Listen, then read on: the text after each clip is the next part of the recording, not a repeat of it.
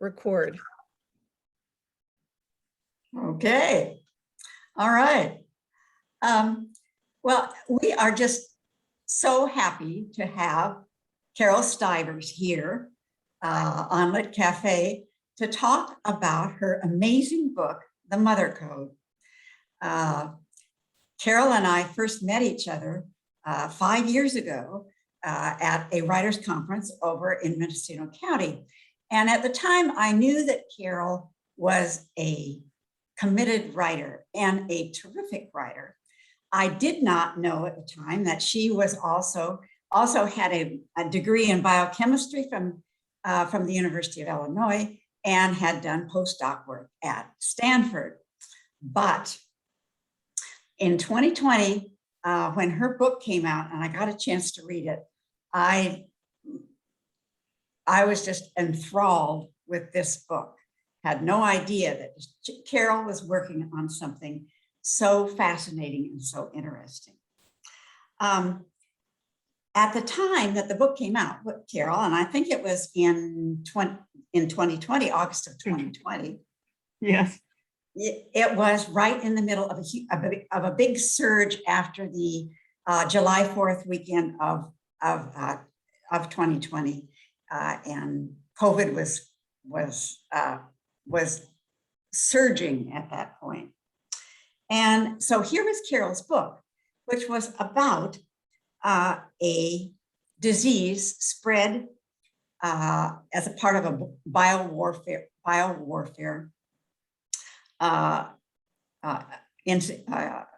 incentive on the part of the U.S.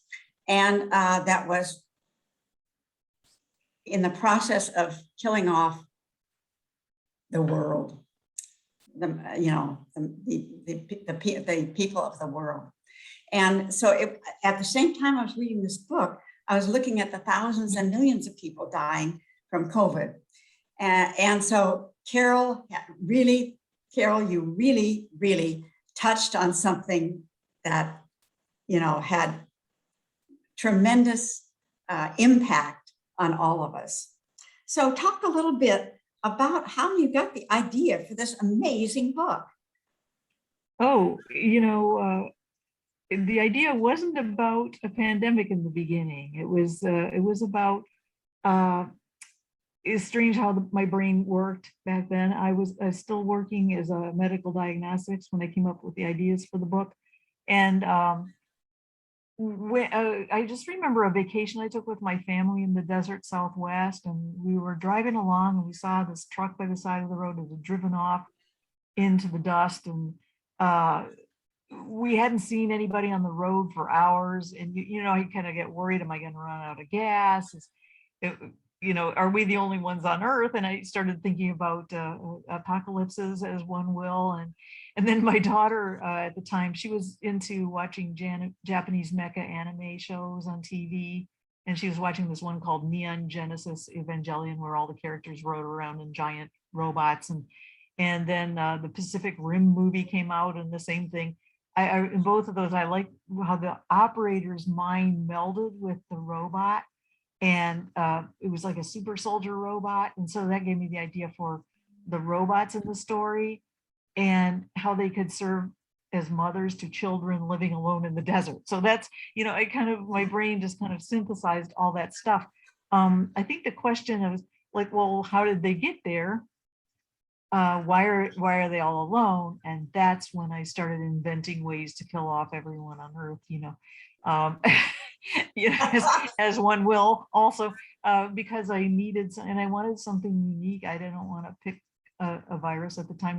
When I came up with the idea, the year was, I think it was in 2016 or 2017, I came up with the idea for this biowarfare agent. And I didn't want it to be a virus simply because two things. One is virus has been done. You've seen like Planet of the Apes and all those were coming up, but also because a virus, as we now know, and it's great, doesn't kill off everyone on Earth. I had to have something that was just really unavoidable, incommunicable, and it became part of the biosphere. Literally, they damaged the very air we breathe by releasing this thing. And so it's not like I'm going to catch it from you, you're going to catch it from me. It's like I'm going to breathe the air on Earth and I'm going to have this problem. So it was, I spent a lot of hours in the Stanford basement, the Lane Library basement, thinking about how to kill everybody. And it came up with, oh God. But anyways, and then when the COVID, when COVID happened, right as the book was coming out, it was not a good thing because it would put off a lot of people, and I don't blame them, because the idea of breathing something in and having the symptoms that my characters have, it was not easy to read then. So it was not a good thing. It was very, it did really grab you because, at this, at that stage of the pandemic, to have this book that kind of like it resonated with me, in a lot of ways. So it's, I think that in a way it made it more powerful. And I can see your point that you didn't want to, scare people who were dealing in their own family with this, but it certainly did say, hey, this is real. This could really happen. It wasn't like we had all problems were not solved. Science had not solved all problems. Yeah, very similar to today, but yeah. Well, how did you research about robots? Because this story is really about robots and how the connection between robots and humans. Yeah, I think the thing is I read a lot of science fiction, and a lot of science fiction involves robots. And, if you go back to Isaac Asimov, I, Robot, and the short stories that he wrote, the 4 laws of robotics and all those kind of things. But I'm kind of fascinated with it because, this idea of there was to digress a little bit, there was a talk I went to at Stanford, and Fei Lin is the head of the ethics in AI, which I think is great. Ethics in AI there at Stanford, and she was talking to Yuval Noah Harari, and that was quite a talk. But because he's he's an alarmist, he thinks that robots are going to take over the earth and everything else. She's more like realistic because she understands AI. And so I came away with this feeling that, the kind of AI that's in your computer that tracks everything you buy and everything you listen to, and that is a little dangerous and invasive, like in Facebook, etc. But the kind of AI that's embodied in a robot is different, and it's really difficult to make a robot behave the way a human does and have human emotions. And so there was that whole question of, can they? And I thought long and hard about a way that they possibly could. And I don't know if I want to give away too much, because if you read the book, you'll find out how it happens. But they instill a personality in each one of the robots based on a real human person. But then it kind of grows from there. And so the idea is, how does it grow? And maybe I shouldn't give that away, but yeah. But it's just it's all about learning sets. It's about robot kind of being exposed to stimuli and response and over again, just as a baby would be. And then what will that kind of robot develop into based on it? It's kind of fascinating. Well, read a little bit from the book, and that'll give the viewers an idea of how this is working. Set it up just a little bit for us, and then read a little snatch of it for us. Okay, so let's see. In the mother code, so I'll just give you a synopsis first, and then I'll jump in to chapter 5. Chapter 5 was always chapter 1 until it got published, which is kind of interesting. They asked me to kind of juggle up the initial chapters. So I'll tell you a little synopsis. So in the mother code, as we said, there's a botched attempt at targeted biowarfare, and it puts all human life at risk. And then in response, scientists build super soldier robots programmed with this thing called the mother code, which is an ingenious set of instructions that enables the robots to raise and protect babies who are genetically engineered to survive. So they kind of said, well, okay, we don't think adults are going to survive after this, but we can create these fetuses that are genetically engineered to survive, and they're going to have to be brought up by robots. So this boy named Kai is born alone in America's desert Southwest, and when we meet him, his only companion is his robot mother, Rosie.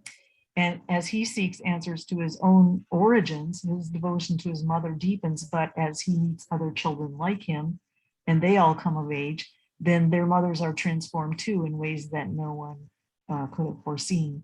So then when the government survivors, there are a few, and they throw a monkey wrench into things and they decide that the machines have to be destroyed, then Kai is faced with a choice of whether to break his bond with his mother or fight to save the only parent he's ever known. So that's kind of the setup and synopsis for the book. And in this chapter 5, the pages I'm going to read you, Kai is waking up in the desert. Kai could feel the morning heat spilling through Rosie's hatch cover, flooding his cocoon. As he rubbed the sleep from his eyes, his fingers touched the small bump on his forehead, the rough place where the chip was embedded just under the skin. Your chip is special, Rosie had told him. It is our bond. It was how they knew one another, she said. It was how she spoke to him, except during his speech lessons, she never used her audible voice. He reached out to touch the smooth surface of the hatch cover in front of him. Where his fingers made contact, the transparent surface became opaque. An image appeared, a group of men with sun-weathered skin, colorful woven robes draped over their stooped shoulders. Rosie had been teaching him a lesson about people who lived in the desert, a desert much like his, but on the other side of the earth and very long ago.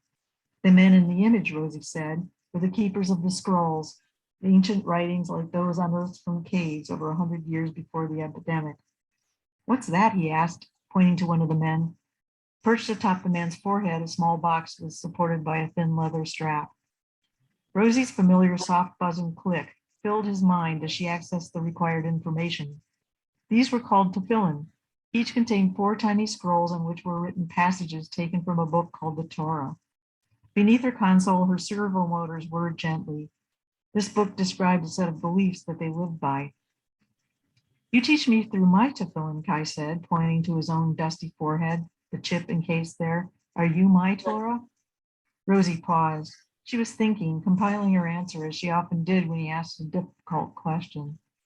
No, she said, the information that I provide is based purely on fact. It's important to separate beliefs from facts. Withdrawing his hand from the screen, Kai watched the image disappear. He peered through the hatch cover, once more transparent. Outside, the familiar rock formations surrounding their encampment stood firm, their massive red fingers pointing skyward. They were strong like Rosie, undaunted by wind and heat. He had names for all of them, the red horse, the man with the big nose, the gorilla, and the father, who balanced his plump, round rock baby forever on his giant knees. Rosie had taught him about how humans used to live. She was his mother. He supposed then that the rocks were his family, the guardians who, along with Rosie, had kept watch over him since the day of his birth. He pressed the latch to his left, the sun's heat assailing him as the hatch door swung open. He scrambled down over Rosie's treads to reach the ground, coming face to face with his own reflection in the pocked mirror of her metallic surface. His skin was tanned and freckled, streaked with dust. A cloud of reddish-brown hair framed his head, and blue eyes twinkled from beneath heavy lashes. Somewhere, Rosie said, there were other children, others like him, but different. Rosie couldn't tell him how many there were now, but in the beginning there had been 50, and when the time was right, they would find them. So that's my snippet. That's an amazing, and that's where we first get to know Kai, who's one of the surviving embryos. and you create several children, you know, a whole group of children that are growing up in this post-apocalyptic environment. And what was your writing process in trying to create this this new world, and this world with, you know, people with the robots and the fledgling children that are growing up in this strange world? You know, I created two groups of people. One was a bunch of scientists with whom I'm more familiar, you know, that sort of people. I think when I was coming up with the children, I went through a lot of iterations. And, you know, if you've written a novel, which I know you have, you know, you go through lots of iterations, lots of thoughts. And I had lots of child characters who came and went over the 8 years I was working on the book.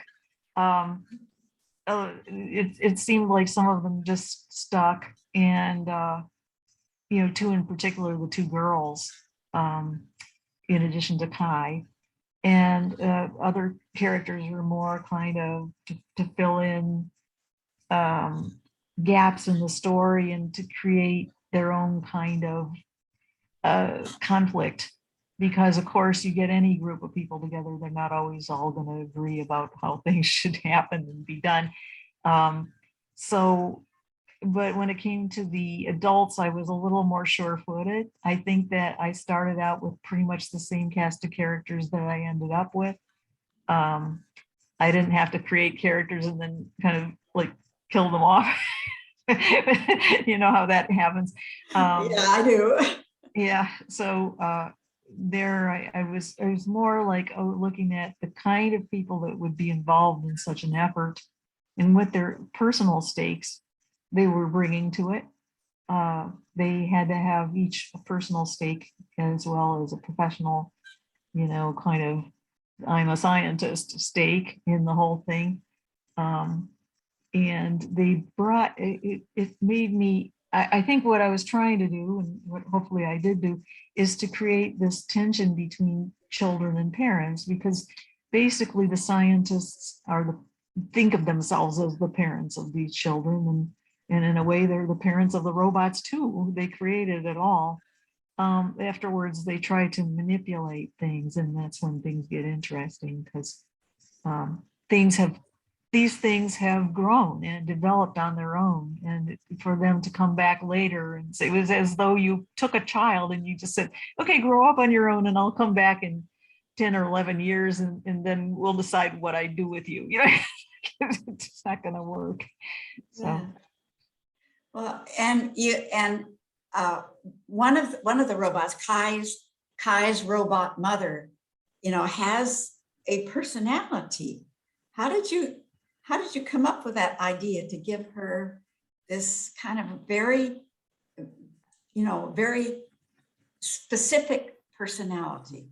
How did that happen? So in the, you know, it was funny, when I write, I often face the problems alongside my character. And so in chapter 11 of the book, where Rose McBride is the one who invents the mother code, she's the one kind of in charge of the development of the mother code. And she realizes, even though she's never had a child of her own, that this is going to be someone that this child needs to imprint on, because there isn't, and she wants the children to be human, to have a human connection, even though it's a robot. So she decides that the mother robots are going to have human personalities. And who better than the personality of the mother whose child it is, you know what I mean? So they use volunteers, and she is one, who offer to, and except for her, none of these people know what's happening, mind you. They don't know why this is being done, but they take part in a sort of a process where they're interviewed, they're videotaped, they're told that what they're being done to them is because they're being screened for a program of egg donation. And so they will kind of they use the resulting data as a training set for the robots. And so the robots are trained. How does this person talk? Even how do they move? How do they relate to other people? All these sorts of things. And then they build that in. And she's working alongside a psychiatrist who's at Harvard at the time. And they are because it's kind of an AI problem, right? And so that psychiatrist also doesn't know why she's doing this other than it's big bucks. The government is providing the money, and it's a fascinating problem. So that's how they come to have these personalities and that the children can relate to, and why in every case the mother is a little bit like the child and vice versa. I have little mannerisms, like some of the mothers will hover more closely over their children, be more protective. Others are more like, well, you go off and play, so they, they're like humans, and they will, so each one of them is supposed to have a personality. So I'm hoping that the robots that you meet, you'll notice their personalities. Yeah, yeah. This book has just like taken off. I mean, and it's fascinating. It's a fascinating book. And the book is just kind of like exploded. Tell us a little bit about, how this book, got into the world and what's happened to it now. Well, so let's see. When I was going back to when I had a developmental editor, I had 2 developmental editors over the years, and my second one was someone with some connections in New York publishing. And she said, well, if I like it after 3 versions, we go 3 rounds, then I'll help you query agents. And so I said, sure. And, so then it became, there's a lot of stakes there for me of trying to get it to a point where she thought it was good enough to send out. And when she sent it out under her own name in the query, which made a huge difference for me. I got, out of 14 people we queried, we got 13 agents who came back and said they wanted a full read. And I was, what? So then out of those, I ended up with 2 offers. And meanwhile, I had attended Lit Camp in 2017, I think it was. I met Elizabeth Weed there. And she and I hit it off, and she's an agent. She's now my agent. She was one of the 2 that offered representation. And I felt like, okay, even though she's never represented sci-fi before, she's enthralled with my story, and I really like her. So let's make a go of this. And she had, of course, she has connections with a foreign agent who sold it in all kind of countries. She has connections with Hollywood, which was a big deal. So she had done a few deals with a woman named Michelle Weiner at CAA, where books that Elizabeth had repped got turned into movies or TV programs.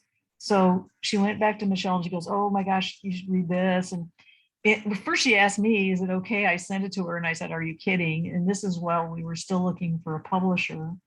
And so you got interest from the movies before you even had a publisher for the book. That's amazing.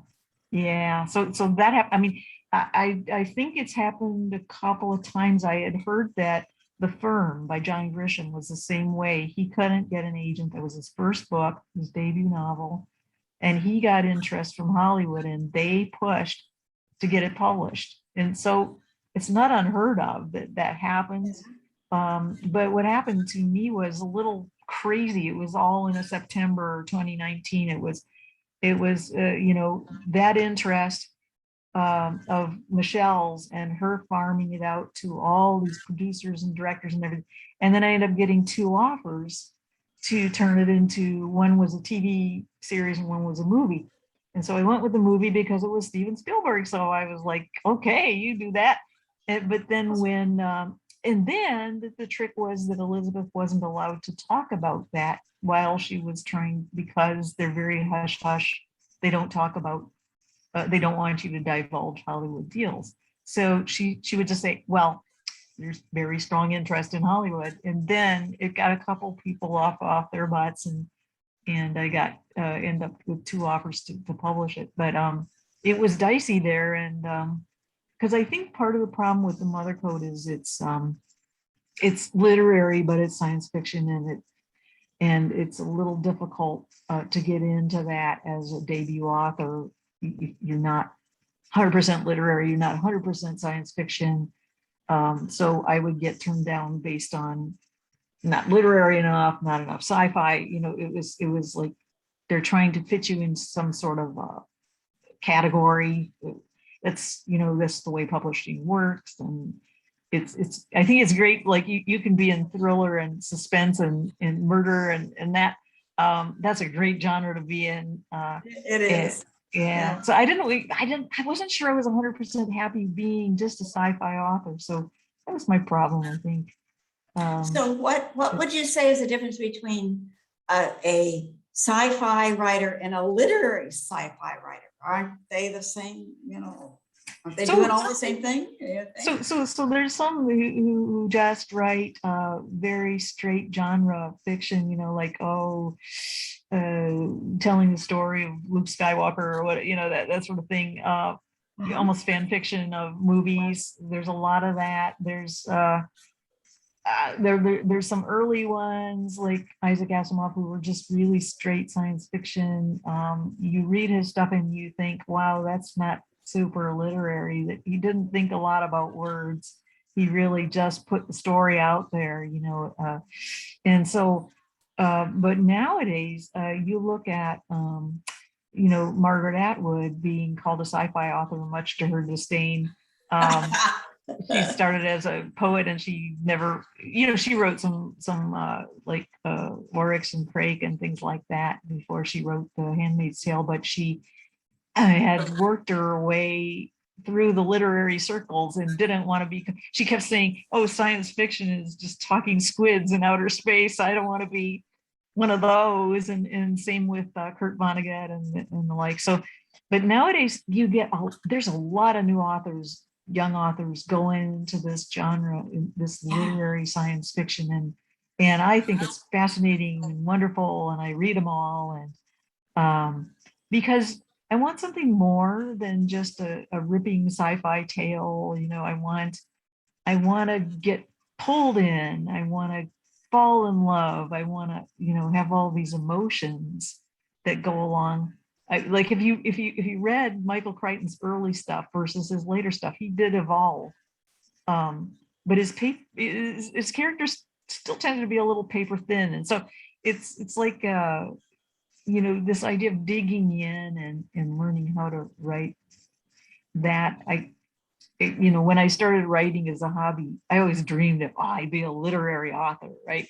And I think your second book at least is literary to me. It really pulled me in. I mean, I find myself crying, and so there's literary genre fiction of all types, and what they call upmarket fiction, upmarket. All these terms, you get lost in it, but you just know what you like, and Are you a sci-fi fan yourself?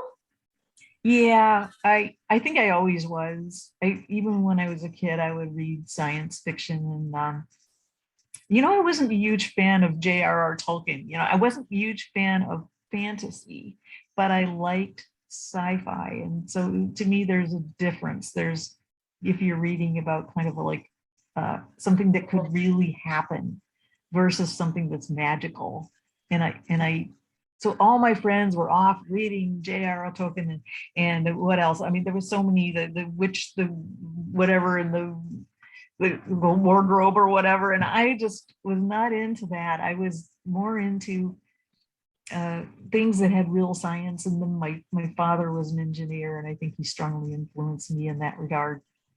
He loved math, and I liked science in school. Obviously, I got my PhD and all. So, but yeah, I was always a fan of it. I understand you're working on a new book. You want to tell us a little bit about it?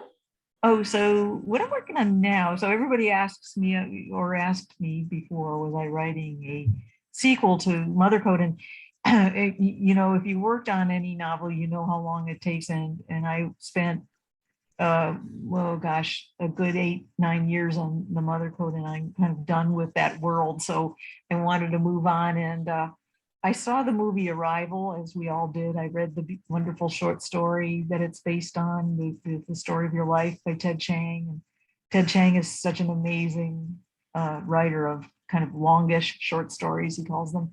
And I felt like, I wanted to plumb that idea of first contact with alien beings. And also, I'm fascinated with the idea of the evolution of the human brain. After reading Yuval no, I always get a hard Yuval Noah Harari's books. I looked into more and more the evolution of the human brain, and I thought that's a fascinating topic. So how can I put those two in a book together? And that's what I'm doing. Oh my gosh. Yeah, Wow. We're looking forward to that one. Someone I am asked too. someone asked what your PhD was in. Oh, it's in biochemistry. Yeah.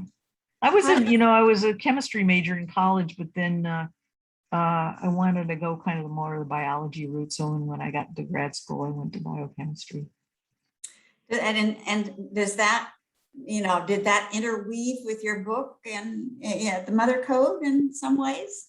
Oh, for sure. You know how I came up with the thing that this is thing called IC NAN, that the thing that the bioagent that kills everybody. I had seen a talk by a guy named Chad Merkin at Northwestern University, and he specializes in nanochemistry. And so he had developed these things called spherical nucleic acids, and that's what my things are basically based on. He is now looking into uses of those as actually vaccines.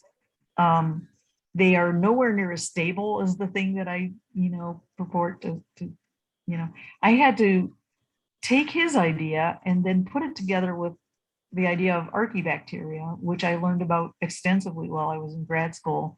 The University of Illinois is one of the primary places for study of archaebacteria, and the kind of the guy who coined the term was a professor there when I was there, Carl Woese. He's famous for inventing another whole branch of the tree of life, basically. I mean, he came up with that thing. So where was I? Anyways, the there was a lot of science that I had learned in grad school, that I learned along the way, that I'm constantly watching seminars and things like that, and kind of sucking it in and turning it over in my mind and putting it into the story. Mm-hmm. Well, are there questions from our audience? Anybody have a question that? I have one. Okay. All I right. Go have ahead, more than Mariana. one, but I'll get started. And if everyone wants to use reactions, raise their hand. I'll ask you to unmute your video. But since it took you, Carole, 8 years to do it, did the technology or whatever it was you were talking about change? It's so rapid that you had to upgrade the book to go with the changes? So interestingly enough, there's a lot of stuff online that's super speculative, and I was using it, and then I would start to see it becoming reality. And one of the ideas was this thing called Neuralink, which our friend Elon Musk, he has a company. Actually, he has a lot of little spin-offs, and one of them is this idea that you can put something in your brain that something external would talk to, and it's to help usually people who have a disability of some sort function better. But that thing was not in the literature when I started writing the book, but there was a lot of research out there. So I think if you can plumb the research that's going on at the university level, and then you put it in there, and maybe it would have become a product or it would have become a company or something over time, but it doesn't move as fast as people think. I think it's the same as, you know, you see a star in a movie and you think, wow, that person became a star overnight, but they didn't. They've been lurking back there for a long, long time. And it took them years to kind of come to everybody's attention. So yeah, I was reading, oh gosh, I had this experience when I was reading a book by Blake Crouch, you know, recursion. And he uses this idea of, you know, memories being implanted in the brain in there. And I go, oh, I know where this comes from. And sure enough, there's like, after the book is over, I read the 2 pages and thank you to so-and-so and so-and-so at such and such university who are working on this. So, yeah, I knew that. And so that happened to you too. Yeah, I mean, I actually met Chad Merkin at another talk later. I didn't have the nerve to tell him that I'd written a book with his things being bad, so I didn't. I did meet him in person. Someone remarks that deep brain stimulation is you know, Yeah. is what you're, you know, kind of what you were talking about. Yeah, it's part of it's related to it. I would say it's related to it because yeah, they use that for epileptics and things like Yeah. So any idea when the new book is going to be coming out? Oh, so right now, you know, the cycle of publication takes forever when you go through a publisher. So basically, I'm in the mode where I turned it into my agent in January. So, you know, during the pandemic, I had not much else to do, which is a good thing and a bad thing. I sat there and wrote and wrote and wrote, and I got a draft out, and I got another draft out, and I got probably the 3rd draft I sent to the agent, and she had 1 billion notes, and that was in April. So I've been chewing my way through those, and I mean to give it back to her in early November. So that's where I'm at with it. She has to like it. She's the gatekeeper. Then once she likes it, then we look for a publisher and we start all over. So it's, you know, it's always an adventure out there, but we'll see. And then once the publisher buys it, you know, 18 months it'll be before it ever gets released. So that's the way that goes. So it's like, I'm not getting any younger here. I said, you know what, I'm going to call up a few old friends and ask how you self-publish if I'm starting to get to the point where I don't want to be published posthumously. You know? So I do have another Well, you can question. talk to me about it. I have another question, by the way. And that is because I haven't read the book, but I will order it. Are there robot fathers or only robot mothers? And if there aren't fathers, why did you choose to have just a single parental figure?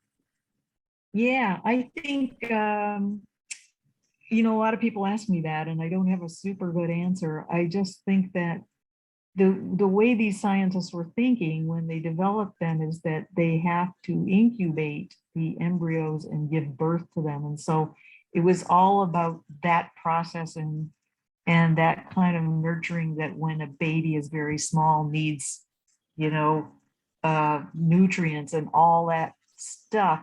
And I don't know that they really had, you know, what's spooky about it is that these women, their eggs were fertilized with unknown sperm, right? That was just, it was sperm donor sperm. Who knows? It was, they chose the best ones. They chose the most viable fetuses, all this kind of super unethical things they did, things that would never pass muster if everyone was still alive.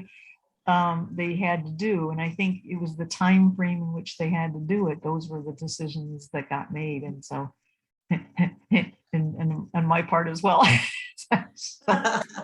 So just imagine a male and a female robot battling it out over the kid. I don't know if that would be all either.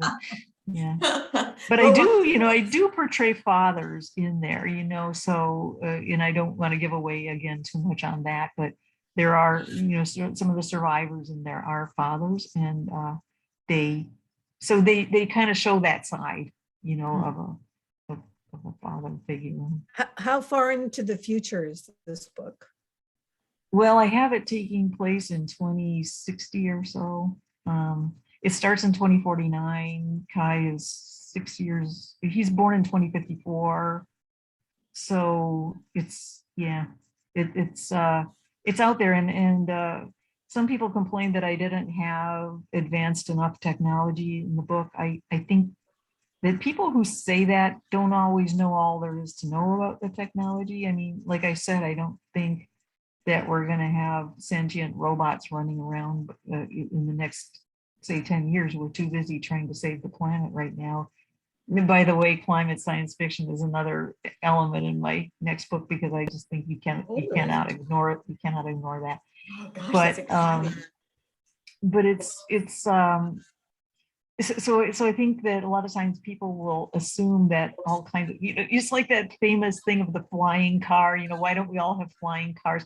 Well, because they're kind of too heavy and to fly. And, we still, even now, so in the 60s, they thought by now everybody must certainly be flying around in their cars. And there's a lot of things holding that up. So anyways, that's where I put it.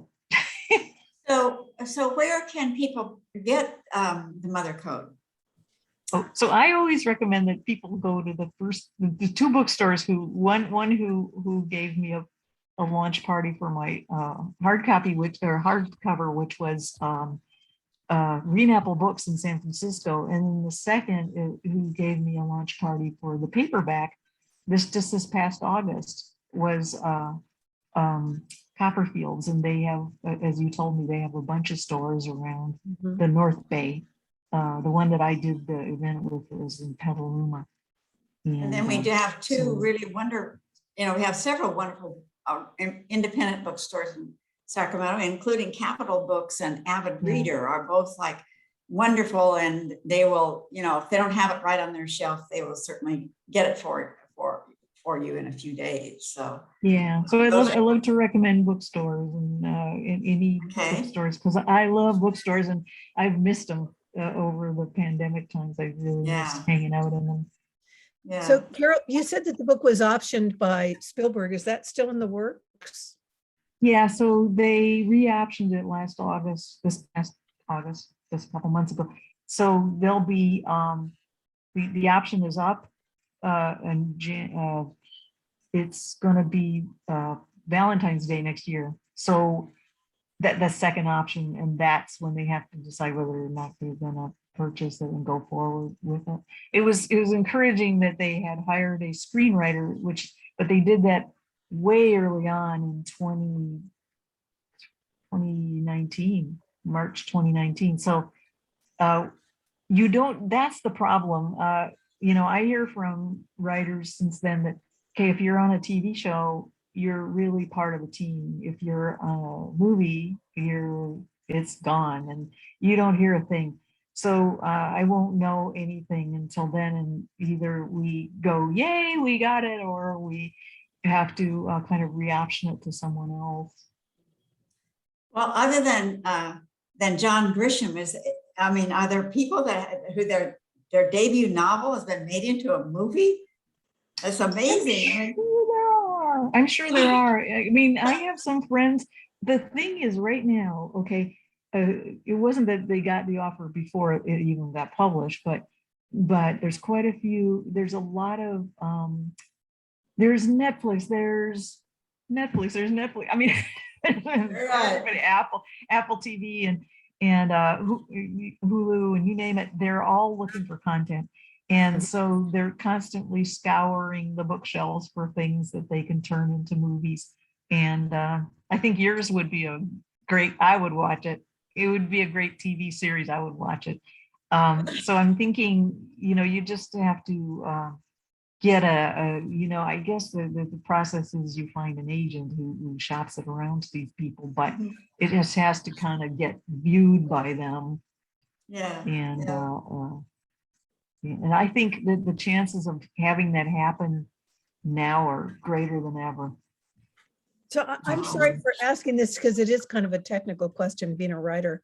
Berkeley did not want to just offer you this for a second book. You have to, there a possibility your current publisher or you have to So, start from so scratch? here's the thing, they offered a 2-book deal, but since I didn't have another one in the hopper, Oh, my agent advised me not to do that because they tend to put a lot of pressure on you to come up with a certain deadlines, et cetera. And in retrospect, I'm glad, but boy, I had a lot of misgivings about it, especially with COVID happening and that, and I kind of was jealous of my friends who had 2-book deals. So what Berkeley has is a right of first refusal. So, but my agent says, oh, we can always get out of that. Like if we don't like their offer, we can. So that's what she's good at. She's the businesswoman, and I love it. But so basically, it's a matter of you, it's kind of up in the air, I think, as to whether I would be published by them again, whether they would even want to publish another book by me, etc. My sales weren't as good as you might think, and a lot of it had to do with the pandemic and me being debut author and all that. They kind of poke along. They, as you know how that happens, and you more and more people hear about it and buy it and tell their friends, and so, but it wasn't kind of like this instant bestseller that I think big companies like Penguin Random House love to have. Well, this certainly was, a fascinating book, and really an unput downable book, and a wonderful, wonderful story. So we want to some of the I was going to say some of the early reviews on Goodreads. I was so happy because, like, you're told not to read Goodreads reviews, but I read a couple. This woman said, I stayed up till 4 a.m. finishing this book, and I could barely make it to work the next day. And I thought, yes, exactly, yes. So thank you so much for being here, and it's been a fascinating discussion with you, talking about the mother code. We're going to have we'll be off recording. Am I correct on that, Mary Ellen? But yes. If anybody wants to stay around and chat with Carole for a few minutes, well, you're welcome.